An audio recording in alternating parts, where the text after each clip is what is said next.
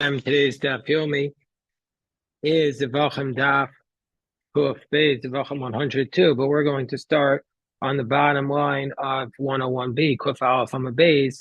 The Gemara yesterday said a statement from Rav that Rav says that Moshe Rabbeinu was in fact the Kohen Gadol, and Moshe Rabbeinu was the high priest. That's what Rav says. I'm a Rav Moshe Rabbeinu Kohen Gadol.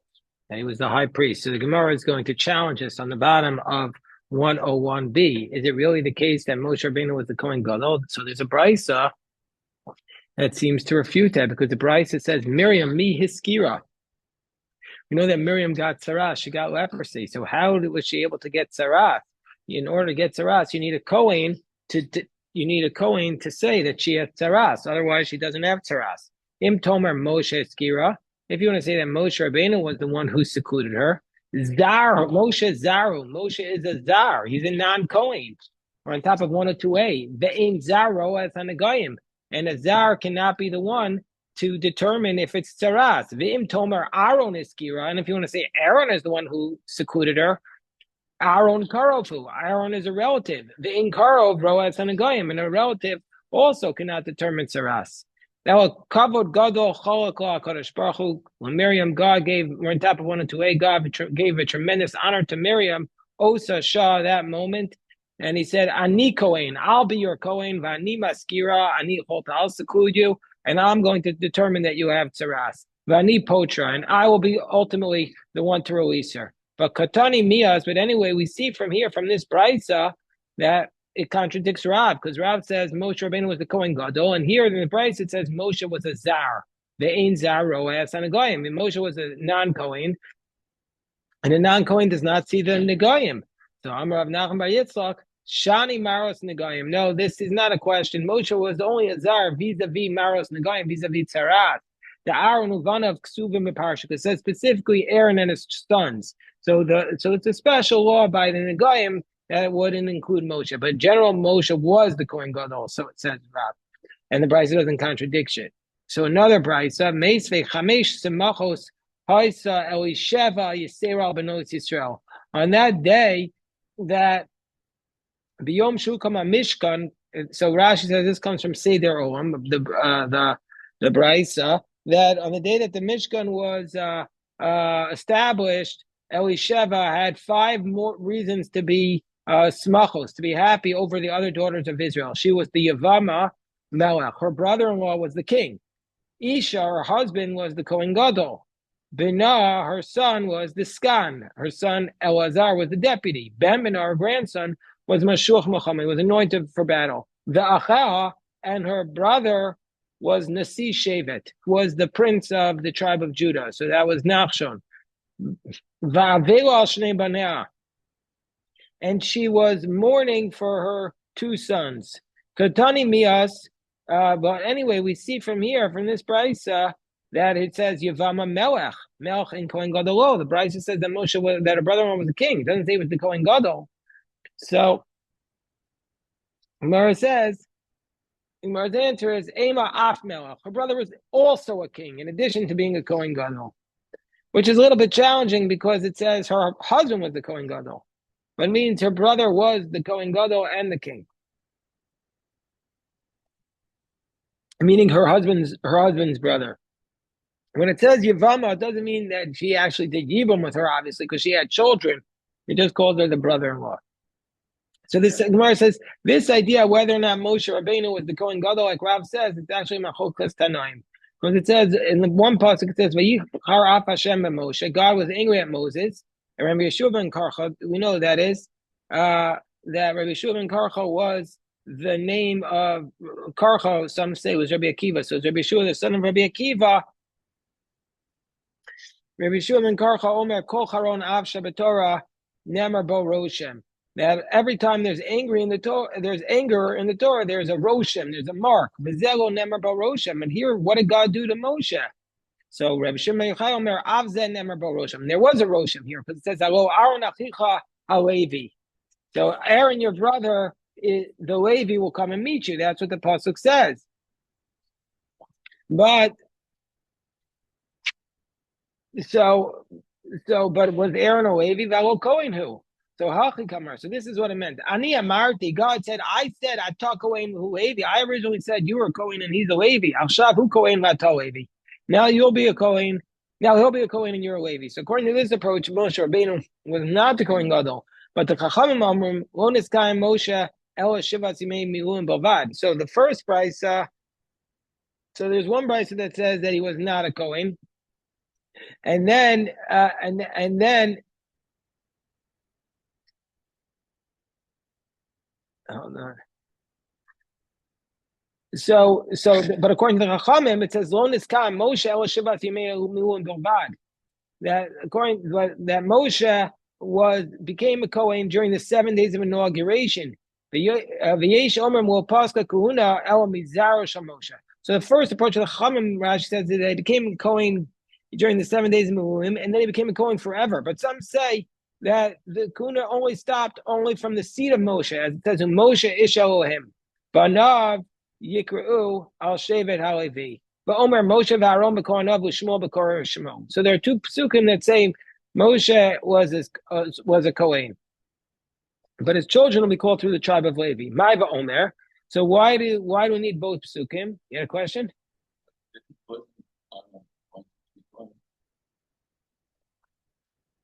During the 7 days of Miluim, he was anointed. So, who anointed Moshe? They don't discuss it. I don't know. Well, when Moshe did, I don't know. It doesn't say he was anointed. It says he wore. We had earlier in our sugya, in our Masechta discussion whether or not Moshe wore the big day kahuna or he wore his regular clothes. But it doesn't say he was specific. You don't need to be anointed to be the Kohen anyway. That later on they lost the anointing oil. So maybe it was just the begadim or just the service. But anyway, it says, so why do we need these two psukim here? And if you want to say that after, when it says that Moshe's children was a Levi, that was just for his future generations, but not with respect to him.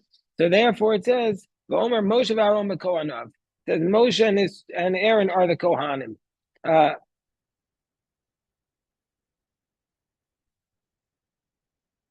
So that's why we say Moshe was specifically a Kohen. So therefore we have a brayta that says Moshe was a Kohen, and a brayta that says that he wasn't a Kohen. He was supposed to be a Kohen. So it goes back to the question we said, is V'chol charon af Shabbatorah Nemer Baroshim. Whenever there's anger in the Torah, is there a Roshim? Is there a mark? Is that really the case? It says in the pasuk that Vayetze Me'im Paro B'Charayaf, that Moshe left Paro with anger. And it doesn't say that Moshe said anything to Paro. Amar Reish Lakish to Taro. The Reish Lakish says, yeah, he actually slapped him across the face. He slapped Pharaoh across the face. Sitaro v'yatza. Me Amar Reish Lakish. Would Reish Lakish really say? And Moshe slapped Paro v'aksiv and he tzavto across the Vasayor. And it says in the pasuk, you shall go greet him, Paro, by the banks of the river. V'amar Reish Lakish melchu v'hizbir upon him. Reish Lakish says that Paro is a king, and means to say you have to rise for him, you have to give him honor. So even Moshe had to give honor to Pharaoh. So how could Moshe have slapped Pharaoh across the face? Rabbi Yochanan, no, just the opposite. Rasha ve'is panecha bo. That no, it means that Pharaoh was wicked, so Moshe was supposed to be disrespectful to him. So how can you say Reish Lakish says he slapped him when Reish Lakish says that that Moshe had to give honor to Pharaoh? So Epoch, reverse it. Rabbi Yochanan is the one who says slapped him. Reish Lakish is the one who said Epoch. That Rabbi Yochanan is the one who said he slapped him, not Reish Lakish.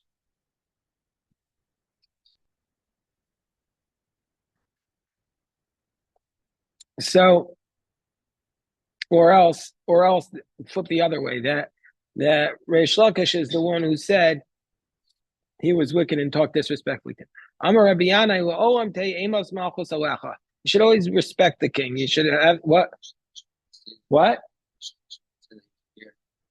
Rish Lakish was not a ger. He was descendant of ger, but he was a gladiator. Yeah, he was a robber, but he was Jewish. He was a Baal Teshuvah. He might have been a descendant of ger, but he wasn't a ger. But he was a gladiator, and he then did tshuva. Rish Lakish. Amar Rabbi Yannai Olam Tehei Emas Malchus Alecha. Rabbi Yannai says you should always fear the king. Because it says in the pasuk that Moshe says to Paro, all your servants will come down to me and bow down. Bihu the day will come away. But he doesn't say Paro himself will bow down, just the servants will bow down. So that shows he was speaking with respect. Rabbi Yochanan Amar Me'achav, Yad Hashem Haital Eliyahu Vayishanes Masnav Vayaretz Lefnei Achav. That Eliyahu picked up his garments and he ran in front of Achav's chariot. Even though Achav was wicked, Eliyahu gave him respect. Amar Ula, Bikesh Moshe Malchus V'lo Nasnula. Ula says Moshe wanted to be king, but they didn't let him be the king. Because it says, God didn't let him. It says, Halom. It says, don't come closer. V'ein halom el malchus. Don't come to the king. Halom means malchus. As it says, shenemar mi anochi Hashem Elokim ki vitani ad halom. Because it says, Melch David says, mi anochi Hashem Elokim, that you brought me to this stage. So Moshe wanted to be king, but he didn't get it. So Masif Rava, but is that really the case? Rabbi Shmuel Omar Yivama Melech, that it says that he was a king in that price. So how could you say here it's being attributed to Rabbi Shmuel? But anyway, the earlier price had an anonymous name. So Amarava Lozar Rokamar means that he didn't have it with his descendants. He was the king, but his seed didn't take over for him. So Gemara says, wherever it says halom, it means for future generations. V'gabe Shaul d'chsev hava od halom ish. What about Shaul, where it says that when they did a lottery to see who is going to be the one who's going to be our leader, and Shaul was hiding amongst the baggage. It says hava od halom ish, and refers to him that this man will be the king. Doesn't that mean who in Zarolo? Doesn't that mean he'll be the king? I do mean to say. So hava od halom ish, but we know that he was the king, but not his descendants. So how do we explain that the halom always means for future generations? So the Gemara says, "Ibayisema ha hava Ishbosheth." That also Shaul had a son who was king for a little bit. That was Ishbosheth. He ruled for a little bit of time. Ibayisema shani Shaul dafilu begave lokaim. No, Shaul was different because he himself didn't even remain king. Kedamar Rabbi Lazar Rabbi Chanina b'shasha poskim gedula la'adam poskim lo zaro ad sof kol daros. When you give greatness to a person, it's given to him and his descendants forever. It says, but if he becomes arrogant, like Shaul did, God will lower him down. It says, so that's what happened to Shaul, Rahman al-Atzlan. He became arrogant and he lost the kingdom. So now we go back to the Mishnah. It says, Baalei Mumin, that the Baalei Mumin, you had a question now? Yeah. Yes, we have to go.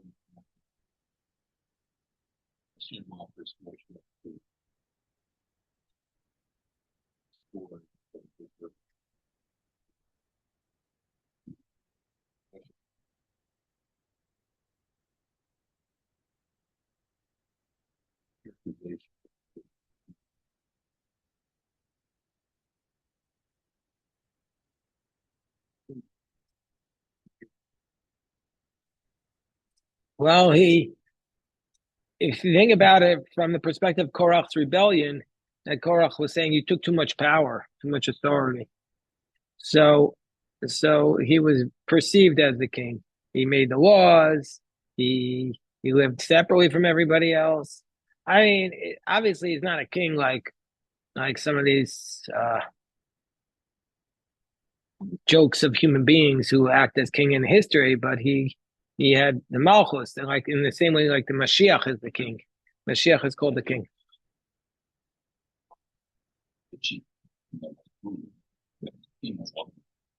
Yeah, I mean, it's also that.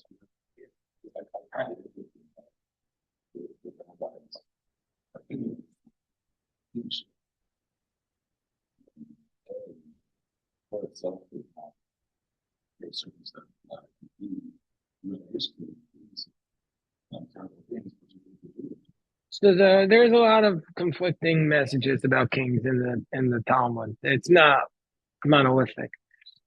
It's, what? No, but especially about kings.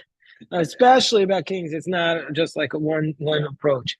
Like about God, there's one approach. About Torah, there's one approach. But about kings, so it said in our Mishnah that a Kohen was a blemish, whether it's a fixed blemish or a blemish that's passing.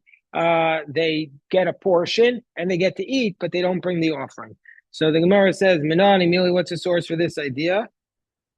What's the source for this idea? The Tanur Rabbanim called Zachar l'Rabos Ba'alim. It says in the pasuk called Zachar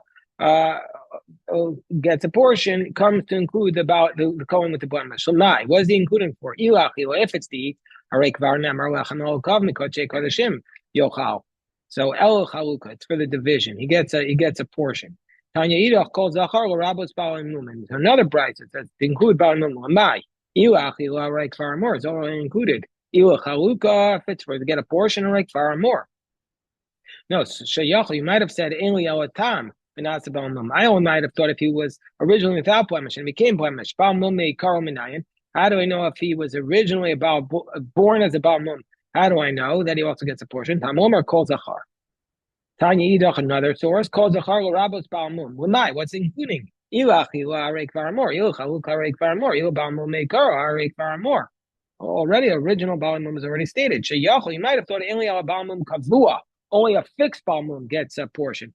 Baal Mum over. How do I know if it's just a passing blemish? He gets a portion. Hamomer kol zachar. Martha's klapalei should be the opposite. We would have thought a passing blemish Cohen gets it, but a fixed one doesn't, and we would have needed the teaching to teach us about a fixed blemish. So Amar Rav Sheshes, no, Epoch. Reverse it, different text. Rav Ashi Amar lo tepoch, don't reverse it. It's you need the psukim to tell us this. So I saw the chamino. You might have thought on top of 102b kitame, and it's like a kohen who's tamei. Ma tamei tamazlo tar. As long as he's tamei, as long as he's not tor, he doesn't eat. But once he becomes tor, he eats. Afai nami kamadlo mitakin lo achal. As long as it's temporary, he doesn't eat. But if it would be completely blemished, then he would be able to eat. You might have thought that since it could be fixed, you have to fix it. So then it says next time in Mishnah, Kol she'ino royal avoda, whoever is not capable of doing the avoda does not get a portion, does not get a division of the meat. The low, is that really the case? All right, Baal Mum, what about the blemish going? The low royal avoda, he's not roy to do the service. The cholik, he gets a portion. Vesum, furthermore, the implication of that statement is haroy avoda cholik. If he is roy to do the service, he would get a portion. All right, tamei bekarbanos tzibor, the tamei, the one who is tamei, and it's a communal offering. He's capable to do the work. He doesn't get a portion. Right. So the Gemara says no. No, we're talking about somebody who's capable of eating. So the Gemara says varei katan. The roy katan is capable of eating. He also doesn't get a portion. The Gemara says actually that's not what it states. Hello katani. All it states is somebody who's not roy does not get a portion. It doesn't say somebody who is roy gets a portion. So the Gemara says, well, once you say that, let's go back to the early one. It's like we said originally, that imishum tamei lo katani, imishum balmum rachman arabi. If you want to say that he doesn't get a portion because he's tamei, that's not what it states. That somebody who's tamei could serve in the. It doesn't state that somebody who's tamei gets a portion. And if you say, well, balmum gets to serve, it doesn't serve, but he gets a portion. That was a specific addition, rachman arabi. Then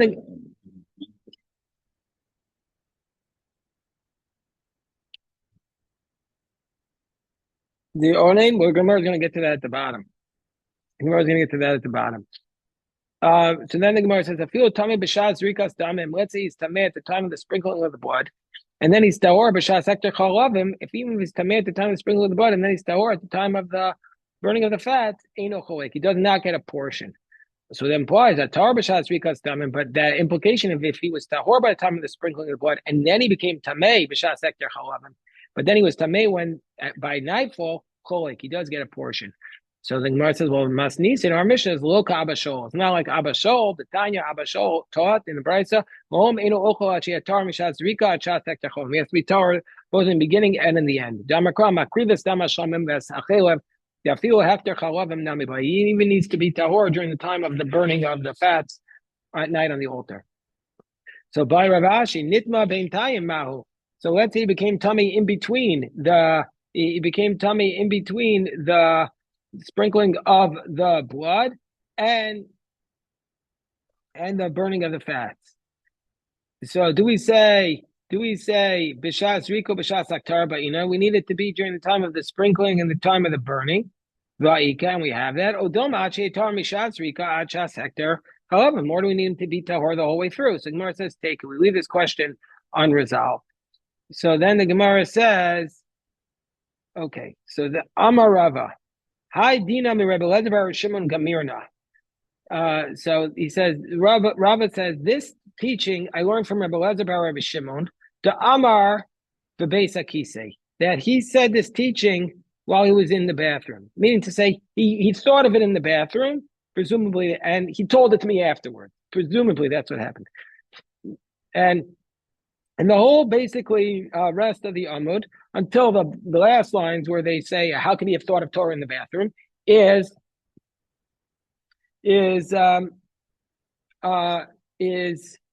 basically one conversation, an imaginary conversation between a Tvul Yom, somebody who's waiting to have a korban. A Tvul Yom is somebody who immersed, and he cannot eat from the korban or from the sacred food until nightfall. So that's the whole conversation. It's an imaginary conversation, very similar. So first the Tvul Yom comes, but Tvul Yom. Then imagine the Kohen of the Tvul Yom comes and he says to another Kohen who's Tahor, Teili mi mincha v'ochel, give to me from the korban mincha so I can eat. So, but he's not allowed to.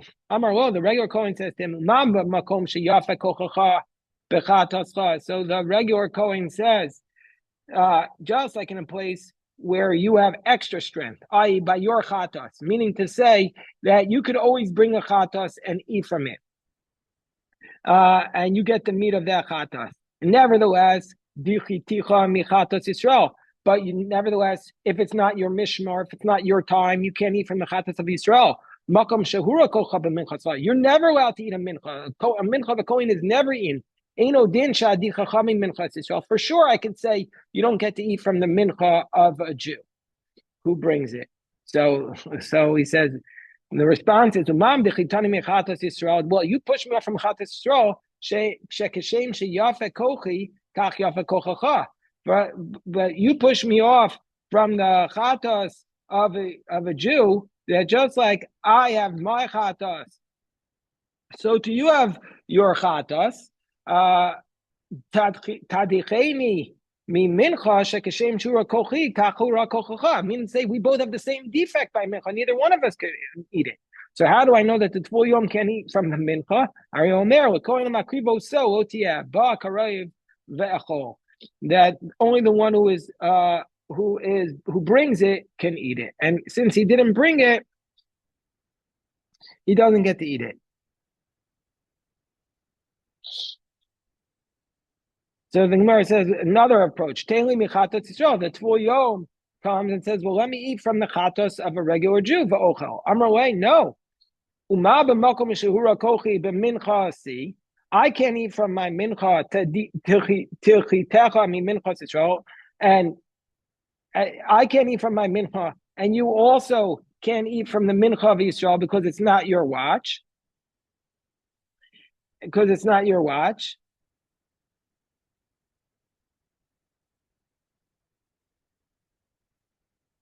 Because we just said it from the pasuk, makom sheyafe kocha b'chatasi, a place where I can eat from my chatas. Eino din shadi chacha mechatas Yisrael. For sure, I should have the strength to push you off from a chatas of a regular Jew. Amar way umam shedichitani mi minchas Yisrael.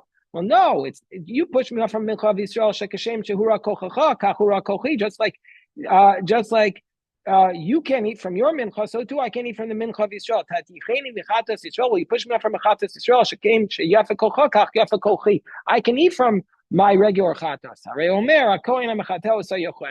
The one who does the service can eat from it. And since you weren't able to do the service because you're a Tvul Yom, therefore you don't get to eat from it. Well, let me eat from the breast and the thigh of the shlomim that were brought today. So he responds, you can eat your chatas. You don't eat from the chatas Israel. A place where you cannot eat from the shlomim. You don't get all the meat. You only get the breast and the thigh. For sure, I'll say you don't get to eat from the rest of the shlomim. But the Kohen could respond, no, the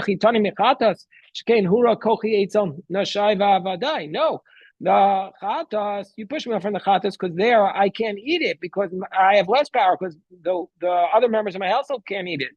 But the wives and the household can eat from the chaz of a shok. Omer, the Kohen has a rekas dama shalmim loyeh. The one who sprinkled the blood to get to eat it. Baz arok b'achol. Yatsa tvul yom. So at the end of all this, the tvul yom can eat from the mincha, the chatas, or the shlamim. So he comes out kula v'chumor rav arosho, and he can't eat from it. Onin miyamino mechusar kapar mismo. And this answers your question. The onin, he's hanging out with the onin and the mechusar kapar. They also can't eat from it. So parach ravachai. So parach ravachai asked the question. Tosfos points out here, whenever you have this lashono meshuna, parach ravachai is our unusual language. So he says that Rashbam says this is ravachai she'asa she'otos. This is Ravachai who made the shiltos was in the 9th century. He was a gaon. So this is the 9th century addition to the Talmud. That's what Tosfos said. I mean, it's really late. What? Ravachai was a gaon, but if it would just say Pashit Ravachai, then it would. If it would be like Meisvei or this, but Parach Ravachai is an unusual language. That's the point. So Lema Tailing me b'chor b'ochel. Why doesn't the Tvul Yom say, give it to me from the firstborn and I'll eat? Mishum de Amarway. Because the Kohen can respond, since my household can't eat the chatas, but I also said you can't eat from the chatas. A place where I do have the full bechor, the kuri delay, it's all mine. For sure, I could push you off. And if you the Tvul Yom responds, well, you push me off from a chatas, because neither one of us have strength. We push me up from a bechor. We both have the ability. There's a pasuk. It's the mam tizrok al mizbech. V'schabam tachtir ubesaram yelach. Ba'zirok v'achel. The only one who sprinkled the blood can eat it.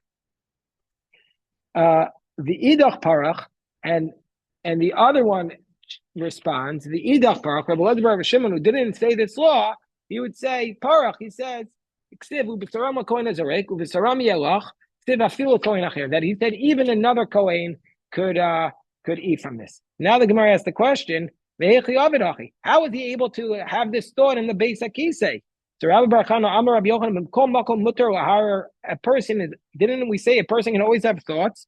Chutz mimercha to Beis HaKisei, with the exception of the bathhouse and the toilet. So he's not allowed to do it. So onto shani. So the Gemara's answer is, it was out of his control. Why? Rashi says, he was talking Torah and he was thinking about it against his will. He had no choice. He couldn't control himself. Some tzaddikim, they can't control themselves. They said, you're not allowed to learn Torah in Shiva. So the Rogatchover was learning Torah. He said, how are you learning? He said, for me, it's a davar avod. If I don't lose it, it's going to be lost from the world. I have to do it.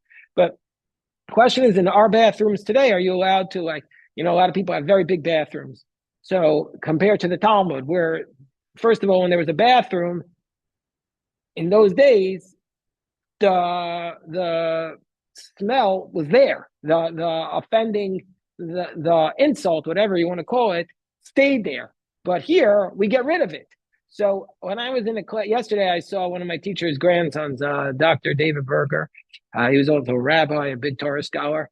And when I was in his class in Yeshiva University in the graduate school, he said that he heard from Rav Aaron Soloveitchik that he would even put on his tefillin on top of a toilet, meaning to say, put the toilet down and put his tefillin on top of it, because it's not a bathroom. It's not a bathroom like they had a bathroom, because it's not a toilet. There's nothing there. There's no there's no offensive element there.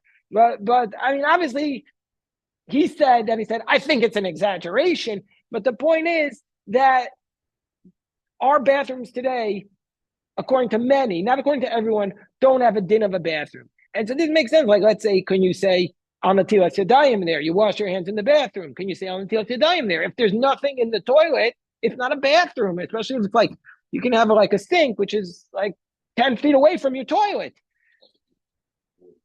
Oh, if you have a door for sure. I mean, then it's not a bathroom, then it's a shower or whatever. But or you have a door that closes up the shower. So there's all sorts of conversations about this. But another very serious question, and you can even have this over here. Let's say we're davening, and you say, everybody screams out, "Yay, Shmei Rabba Mavoira," and the guy's in the toilet, and he hears. So,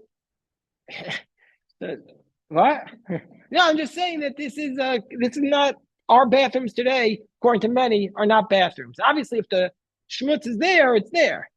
Okay, we'll stop here. We also have a Benedict here, 9:30. I want to say, people, Baruch Hashem, we're going to do the daf this afternoon at 3:45 p.m. And tomorrow morning, what time? I can do whatever time works for you, Jeff. Yeah. Let me know, because what about, they're not, you think they're davening at 7? Jeff, I mean, I can do it anytime. Let me just stop the recording. One of my mechutanim has a yard tomorrow, so he